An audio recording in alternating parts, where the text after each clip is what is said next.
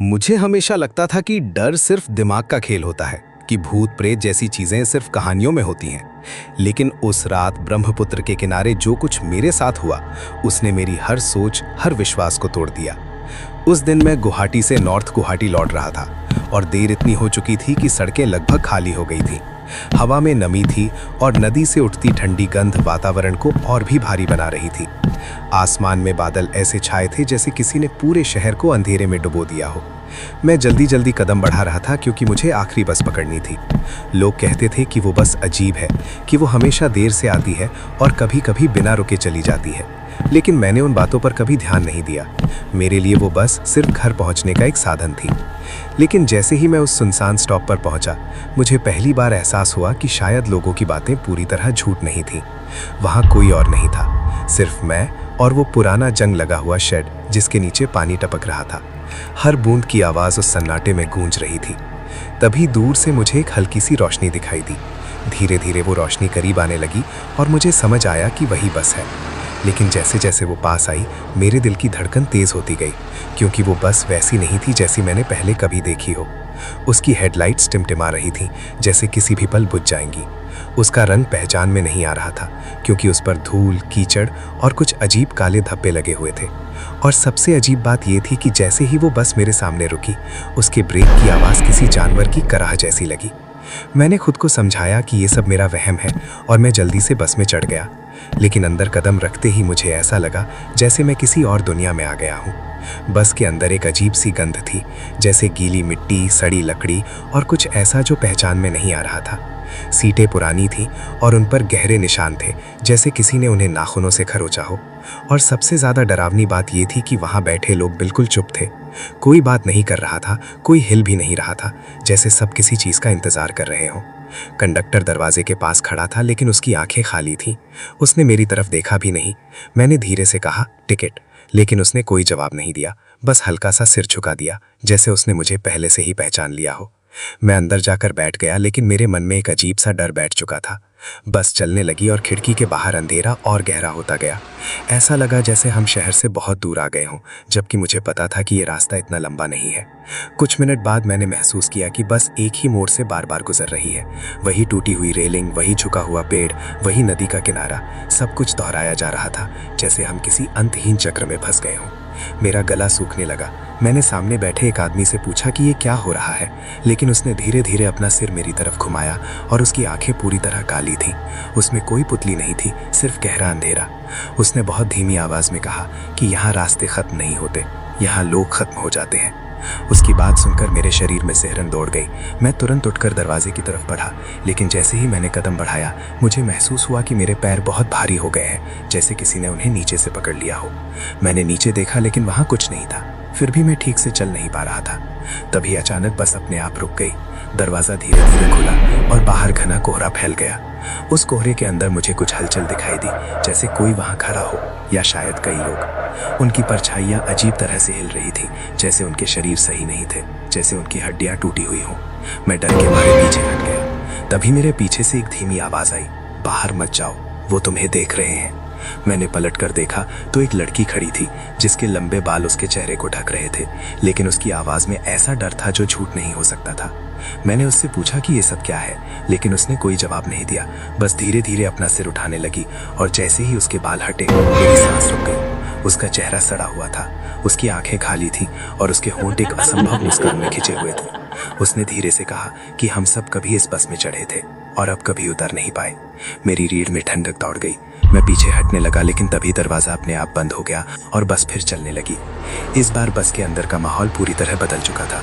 अब हर सीट पर कोई बैठा था, लेकिन वो लोग पहले नहीं थे। उनके चेहरे धुंधले थे और सबकी नज़रें मेरी तरफ थीं। मुझे लग रहा था जैसे वो सब मुझे पहचानते हैं, जैसे वो मेरा इंतज़ार कर रहे थे। तभी अचानक बस की लाइट एक एक करके बुझने लगी और हर बुझती हुई लाइट के साथ मुझे ऐसा महसूस हो रहा था कि कोई मेरे और करीब आ रहा है। मेरी सांसें तेज हो गई। मैं चिल्लाना चाहता था, लेकिन आवाज़ नहीं निकल रही थी। तभी अचानक एक तेज झटका लगा और बस रुक गई। इस बार मैंने हिम्मत करके ड्राइवर की तरफ देखा और जो मैंने देखा उसने मेरी रूह जमा दी। वहाँ कोई इंसान नहीं था, सिर्फ एक काली आकृति थी जो धीरे धीरे इंसानी आकार ले रही थी। और जैसे ही वो साफ हुई, मैं समझ गया कि ये सफ़र अब कभी खत्म नहीं होगा। मैंने जैसे ही उस काली आकृति को इंसानी रूप लेते देखा, मेरा पूरा शरीर सुन पड़ गया। मेरी आंखें उस पर जमी हुई थी और मैं चाहकर भी नजर नहीं हटा पा रहा था। धीरे धीरे वो आकृति साफ होने लगी और मैं समझ गया कि वो कोई अजनबी नहीं थी, बल्कि वही बूढ़ी औरत थी जिसे मैंने बस में चढ़ते समय एक कोने में बैठे देखा था।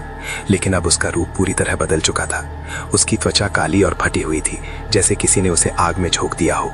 उसकी आंखें अंदर धसी हुई थी, लेकिन उनमें एक अजीब सी चमक थी और उसकी गर्दन असंभव तरीके से पीछे की ओर मुड़ी हुई थी। फिर भी वो सीधे मेरी तरफ देख रही थी। उसने एक ऐसी मुस्कान दी जो इंसानी नहीं थी और उसी क्षण मुझे एहसास हो गया कि मैं अब किसी सामान्य जगह पर नहीं हूँ। ये बस कोई साधारण बस नहीं थी, ये एक फंसाने वाला जाल था, एक चलता हुआ कब्रिस्तान जहाँ आत्माएं कैद थी। मेरा गला सूख गया और मैंने पीछे हटने की कोशिश की, लेकिन तभी मुझे महसूस हुआ कि मेरे पीछे कोई खड़ा है।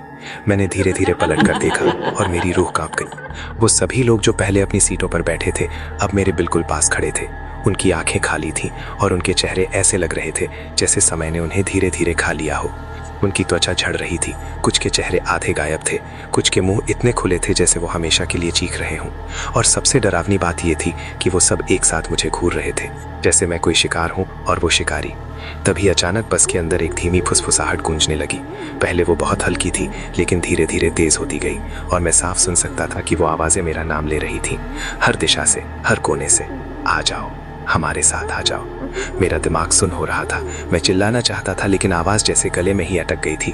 तभी वो बूढ़ी औरत, जो अब ड्राइवर बन चुकी थी, धीरे धीरे अपनी सीट से उठी और बिना किसी आवाज के मेरी तरफ चलने लगी।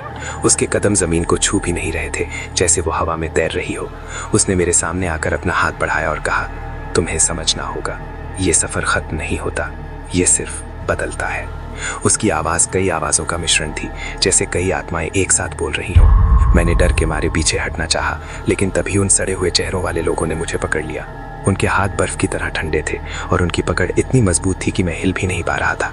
उन्होंने मुझे बस के बीच की तरफ खींचना शुरू कर दिया। मैं पूरी ताकत से छूटने की कोशिश कर रहा था, लेकिन मेरा शरीर साथ नहीं दे रहा। तभी अचानक बस के फर्श पर कुछ चमकने लगा। मैंने नीचे देखा और जो मैंने देखा उसने मेरी उम्मीद की आखिरी किरण भी खत्म कर दी। फर्श पर अनगिनत खरोंचें थीं, जैसे किसी ने अपने नाखूनों से बाहर निकलने की कोशिश की हो, और उन खरोंचों के बीच हल्की हल्की खून की लकीरें जमी हुई थीं। मुझे समझ आ गया कि मैं अकेला नहीं हूँ। मुझसे पहले भी कई लोग यहाँ फंसे हैं और शायद कभी निकल नहीं पाए। तभी अचानक उन सब ने मुझे छोड़ दिया और एक साथ पीछे हट गए। बस के अंदर फिर से सन्नाटा छा गया, लेकिन अब वो सन्नाटा और भी भारी था, जैसे कुछ बहुत बुरा होने वाला हो। बूढ़ी औरत ने मेरी तरफ देखा और मुस्कुराई। अब तुम्हें दिखेगा सच। इतना कहकर उसने अपना हाथ मेरी आंखों की तरफ बढ़ाया और जैसे ही उसकी उंगलियां मेरे माथे को छुईं, मुझे ऐसा लगा जैसे मेरा दिमाग फट रहा हो। मेरे सामने अचानक अलग अलग दृश्य आने लगे। मैंने देखा कि यही बस अलग अलग समय पर अलग अलग लोगों को अपने अंदर खींच रही है। कोई रास्ता भटक कर चढ़ा, कोई मजबूरी में, कोई बस गलती से, लेकिन हर किसी का अंजाम एक जैसा था। कोई भी वापस नहीं गया। मैंने देखा कि कैसे ये बस रात के अंधेरे में प्रकट होती है, कैसे ये उन लोगों को चुनती है जो अकेले होते हैं, डरे हुए होते हैं या टूट चुके होते हैं, और फिर उन्हें अपने अंदर कैद कर लेती है। ये बस कोई साधारण चीज नहीं थी, ये एक जीवित चीज थी, एक शिकार करने वाला अस्तित्व जो हर रात एक नई आत्मा को निकलता था। अचानक वो सारे दृश्य गायब हो गए और मैं वापस उसी बस में था, लेकिन अब सब कुछ अलग था। अब मैं सिर्फ देख नहीं रहा था, मैं महसूस भी कर रहा था। मुझे लग रहा था जैसे ये बस मुझे अपने अंदर समा रही है, जैसे मैं धीरे धीरे इसका हिस्सा बनता जा रहा हूँ। मैंने अपने हाथों की तरफ देखा और मेरी रूह कांप गई। मेरी त्वचा पर हल्की दरारें पड़ने लगी थी, जैसे वो भी सड़ने लगी हो। मैंने घबराकर चिल्लाया, लेकिन तभी वो बूढ़ी औरत फिर से मेरे सामने आ गई। उसने झुककर मेरे कान के पास फुसफुसाया, डरो मत, अब तुम अकेले। उसकी बात सुनते ही मेरे आसपास खड़े सभी चेहरे मुस्कुराने लगे और उसी क्षण मुझे एहसास हुआ कि ये बस मुझे छोड़ने वाली नहीं है। अब मैं भी इसका हिस्सा बनने वाला हूँ, हमेशा के लिए। जैसे ही मुझे एहसास हुआ कि मैं इस बस का हिस्सा बनता जा रहा हूँ, मेरे अंदर आखिरी बार जीने की एक जिद जाग उठी। मैं मानने को तैयार नहीं था कि मेरी कहानी यही खत्म हो जाएगी, कि मैं भी उन सैकड़ों चेहरों में शामिल हो जाऊंगा जो हमेशा के लिए इस अंधेरे सफर में कैद हैं। मैंने पूरी ताकत जुटाई और उन ठंडे सड़े हुए हाथों को झटकने की कोशिश की जो अब भी मुझे जकड़े हुए थे, और उसी पल कुछ अजीब हुआ। एक पल के लिए उनकी पकड़ ढीली पड़ गई, जैसे वो खुद चौंक गए हों, शायद इसलिए क्योंकि कोई उनसे लड़ने की कोशिश कर रहा था। मैंने मौका नहीं गंवाया और पूरी ताकत से आगे की तरफ भागा, बस के बीच से निकलकर ड्राइवर की सीट की तरफ, जहां वो बूढ़ी औरत खड़ी थी। उसकी आंखों में पहली बार एक हल्की सी बेचैनी दिखाई दी, जैसे उसे उम्मीद नहीं थी कि मैं ऐसा करूंगा। मैंने बिना सोचे समझे उस पर धक्का मारा और स्टीयरिंग को पकड़ लिया। बस अचानक बेकाबू हो गई, झटके लगने लगे, अंदर खड़े सारे चेहरे चीखने लगे। उनकी आवाजें इतनी तेज और भयानक थी कि मेरे कानों में खून उतरने लगा, लेकिन मैं रुका नहीं। मैंने पूरी ताकत से स्टीयरिंग घुमाया। मुझे नहीं पता था मैं क्या कर रहा हूँ, बस इतना पता था कि अगर मैं इसे रोक नहीं पाया तो मैं हमेशा के लिए खत्म हो जाऊंगा। तभी अचानक बाहर का अंधेरा थोड़ा हल्का होने लगा। मुझे दूर कहीं नदी का किनारा दिखा, वही ब्रह्मपुत्र, लेकिन इस बार वो शांत नहीं थी। उसका पानी उफान मार रहा था, जैसे वो भी इस बस को अपने अंदर खींचना चाहती हो। पीछे से वो बूढ़ी औरत एक डरावनी चीख के साथ मेरी तरफ झपटी। उसके हाथ अब इंसानी नहीं थे, लंबे टेढ़े मेढ़े और नुकीले। उसने मेरे कंधे को पकड़ लिया और मेरी गर्दन के पास आकर फुसफुसाई, कोई नहीं बचता। उसकी सांस इतनी ठंडी थी कि मेरा पूरा शरीर कांप उठा, लेकिन उसी पल मेरे अंदर कुछ टूट गया या शायद कुछ जाग गया। मैंने पूरी ताकत से स्टीयरिंग नदी की तरफ मोड़ दिया, बस तेजी से फिसलती हुई किनारे की तरफ बढ़ी। पीछे से सभी आत्माएं एक साथ चिल्लाने लगी, जैसे उन्हें पता चल गया हो कि क्या होने वाला है। अगले ही पल बस हवा में उछली और सीधा ब्रह्मपुत्र के उफनते पानी में गिर गई। एक जोरदार आवाज हुई और सब कुछ अंधेरे में डूब गया। मुझे लगा अब सब खत्म हो गया, लेकिन नहीं, कुछ खत्म नहीं हुआ था। अब जब मैं इस बस का ड्राइवर बन चुका हूँ, समय मेरे लिए वैसा नहीं रहा जैसा इंसानों के लिए होता है। रात और दिन का फर्क मिट चुका है, हर पल एक जैसा लगता है, जैसे मैं किसी अंतहीन अंधेरे में फंसा हूँ जहाँ सिर्फ इंतज़ार है, अगले यात्री का इंतज़ार। शुरुआत में मैंने खुद को रोकने की बहुत कोशिश की। हर बार जब बस अपने आप किसी सुनसान सड़क पर रुकती और दरवाज़ा खुलता, मैं स्टीयरिंग छोड़कर चिल्लाना चाहता, उस इंसान को चेतावनी देना चाहता कि वो अंदर ना आए। लेकिन मेरे होंठ कभी नहीं खुले, मेरी आवाज़ अब मेरी नहीं रही। और धीरे धीरे मैंने महसूस किया कि बस सिर्फ मेरे हाथों से नहीं चलती, ये मुझे चलाती है। उस रात भी कुछ ऐसा ही हुआ। बस ब्रह्मपुत्र के किनारे एक सुनसान मोड़ पर जाकर खुद ब खुद रुक गई। बाहर हल्की बारिश हो रही थी और दूर एक लड़का खड़ा था, पूरी तरह भीगा हुआ, बार बार अपने फ़ोन को देख रहा था जैसे किसी का इंतज़ार कर रहा हो। उसकी हालत बिल्कुल वैसी ही थी जैसी कभी मेरी थी, थका हुआ, परेशान और अकेला। दरवाज़ा अपने आप खुला और मेरे अंदर कुछ जागा, एक अजीब सी खुशी, एक भूख जिसे मैं समझ नहीं पा रहा था। मैं चिल्लाना चाहता था मत आओ, लेकिन मेरी आंखें खुद ब खुद उसकी तरफ टिक गईं और मेरे होंठों पर वही डरावनी मुस्कान आ गई जो कभी उस बूढ़ी औरत के चेहरे पर थी। वो लड़का धीरे धीरे बस के अंदर आया। उसने एक नज़र मुझ पर डाली, लेकिन शायद उसे कुछ अजीब नहीं लगा, क्योंकि अब मेरा चेहरा उसके लिए सामान्य ही दिख रहा था, जैसे मैं भी एक आम ड्राइवर हूँ। वो अंदर जाकर बैठ गया और जैसे ही उसने सीट पकड़ी, मुझे वो एहसास फिर से हुआ, वही जो मैंने पहली बार महसूस किया था। बस के अंदर की हवा बदल गई, ठंडी और भारी, और पीछे की सीटों पर धीरे धीरे परछाइयाँ उभरने लगी। वो सभी आत्माएं जो इस बस का हिस्सा थीं, एक एक करके अपनी जगह लेने लगी। वो लड़का अभी भी अनजान था। उसने फ़ोन निकाला, सिग्नल ढूंढने लगा, फिर खिड़की से बाहर देखने लगा, बिल्कुल वैसे ही जैसे मैंने किया था। और उसी पल मुझे समझ आ गया कि अब कहानी फिर से दोहराई जाएगी। वही सवाल, वही डर, वही सच का सामना, लेकिन इस बार मैं दूसरी तरफ हूँ। मैंने स्टीयरिंग को कसकर पकड़ा और बस अपने आप चलने लगी। रास्ता वही था, वही मोड़, वही पेड़, वही नदी का किनारा जो कभी खत्म नहीं होता। कुछ मिनट बाद वो लड़का उठकर मेरे पास आया और बोला, भैया ये बस कहाँ तक जाएगी? उसकी आवाज़ में वही बेचैनी थी जो कभी मेरी आवाज़ में थी।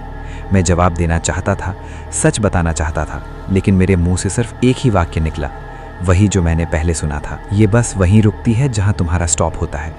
मेरी अपनी आवाज़ मुझे अजनबी लगी, जैसे वो मेरी नहीं हो। लड़का थोड़ा घबराया। उसने फिर पूछा, और मेरा स्टॉप कब आएगा? मैंने कुछ नहीं कहा, क्योंकि मुझे पता था उसका स्टॉप कभी नहीं आएगा। पीछे की सीटों से हल्की फुसफुसाहट शुरू हो चुकी थी। वो आवाज़ें अब उसके नाम को पुकार रही थीं, जैसे कभी मेरा नाम पुकारा था। लड़का धीरे धीरे घबराने लगा। उसने चारों तरफ देखा और उसे एहसास होने लगा कि कुछ गलत है। उसने पीछे देखा और जैसे ही उसकी नज़र उन चेहरों पर पड़ी, उसकी सांस रुक गई, उसकी आंखें फैल गईं, और उसी पल मुझे वो एहसास हुआ, वही डर। लेकिन इस बार वो मेरा नहीं था, वो उसका था। और तभी मुझे पूरी तरह समझ आ गया, ये बस सिर्फ आत्माओं को कैद नहीं करती, ये डर को जिंदा रखती है। हर नए यात्री के साथ, हर नई चीख के साथ ये और मजबूत होती जाती है। और मैं अब इसका हिस्सा हूँ। मैं इसे रोक नहीं सकता, मैं सिर्फ देख सकता हूँ और इंतज़ार कर सकता हूँ अगली आत्मा का, अगली चीख का, अगली कहानी का, क्योंकि ये सिलसिला कभी ख़त्म नहीं होगा।